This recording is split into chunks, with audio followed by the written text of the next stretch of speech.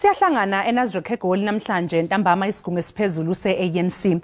Okubhekeke ukuthi kube sezithebeni zalomhlangano udaba lombiko ngepulazi likamengameli iPhala nodalule ukuthi kukhona umengameli uCyril Ramaphosa angase akuphendule ngokuphangwa kwepulazi lakhe eLimpopo. Intatheli indaba zombusazwe eSABC usamkele Maseko ucuthe eNasrec ukusicoshela ngalolu daba. Samkele endabeni zasemini kubukeka sengathi izulu lizoshaya isishozi nelasha kuso wayengumengameli weANC uJacob Zuma. Okwenzeka ngaphambi kokuba ehliswe esikhundleni.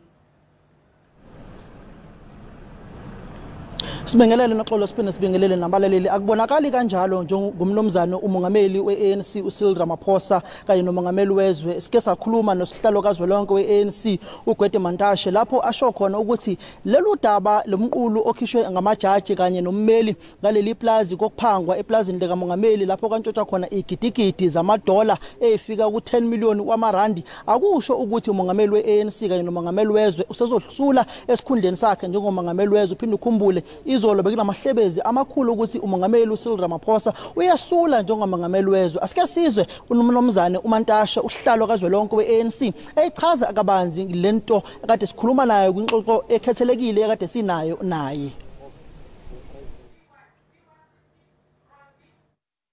Whatever decision takes will have far-reaching implication for the ANC and for the country, and the economy will respond to that issue.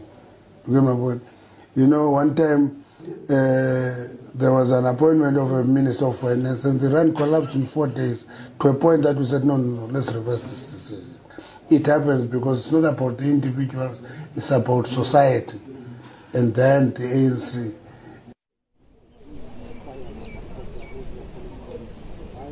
Silindo noxolo ngithi uyamuzwa ke lapho uhlalo kazwelonke weANC uGwede Mantashe ethi lombiko okhishwa ngamajaji akuchaza kabanzi ukuthi ungaba nomthelelo omkhulu eningizimu Afrika kumnotho wezwe kanye futhi nalo iqembu elibusayo uphinda chaze ukuthi ngenye iminalanga oloye ngumongameli wezwe uJacob Zuma wakhetha ukuxosha ungqongqoshe wezezimali ezweni lokho kwadala ukuthi umnotho waseningizimu Afrika untengantenge kakhulu kwadala ukuthi leso sinqumo siphinde sishintshe. uMantashe uthi ke lesigungu esiphezulu seANC kulomhlangano okhethelekile ozobanjwalana umongameli weANC uCyril Ramaphosa kumele azi ukuthi isinqumo azosithatha asikho ngaye kodwa kumele athathe isinqumo azi ukuthi ucabangela izwe aphinde ecabangele nenhlangano ebusayo eya kwingqungquthela yayo yokukhetha ubuholi manje ngozibandlela emasontini amabili azayo. Asike simuzwe uMantashe uphawule wathini ngaloku.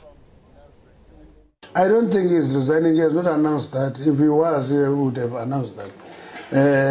I think he must do anything that can be done.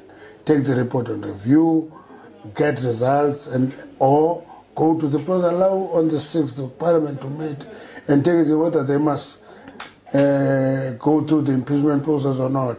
Then he plunges in and continue. Yamuzwa ke lapho uhlalo kazwelonke weANC esho ukuthi amahlebezi amampunge nje lokhu ukuthi umongameli wezwe uzosula esikhundleni sakhe kodwa kumele athathe lombiko wamajaji amabili kanye nommeli awuyise enkantolo ukuze azokwazi ukushicelela eceleni ukuze azokwazi ukuqhubeka njengoba webe umongameli wezwe. Aphinde wathi kunemigudu ke manje ekusamele ilandelwe khona ePhalamende ngokuthi yena umongameli liphenya kanjani lolu daba lokutshontshwa lezi gidigidi zamadola eplazini lakhe kodwa esikwaziyo ukuthi isigungu esiphezulu seANC namhlanje khona la eNasrec sizothatha isinqumo sokuthi uyasala yini na umongameli Ramaphosa njengomongameli wezwe noma uyahamba. Sibonga kakhulu samkela Maseko besibikela eNasrec eGoli melana nomhlangano weNEC ozobanjwa khona namhlanje.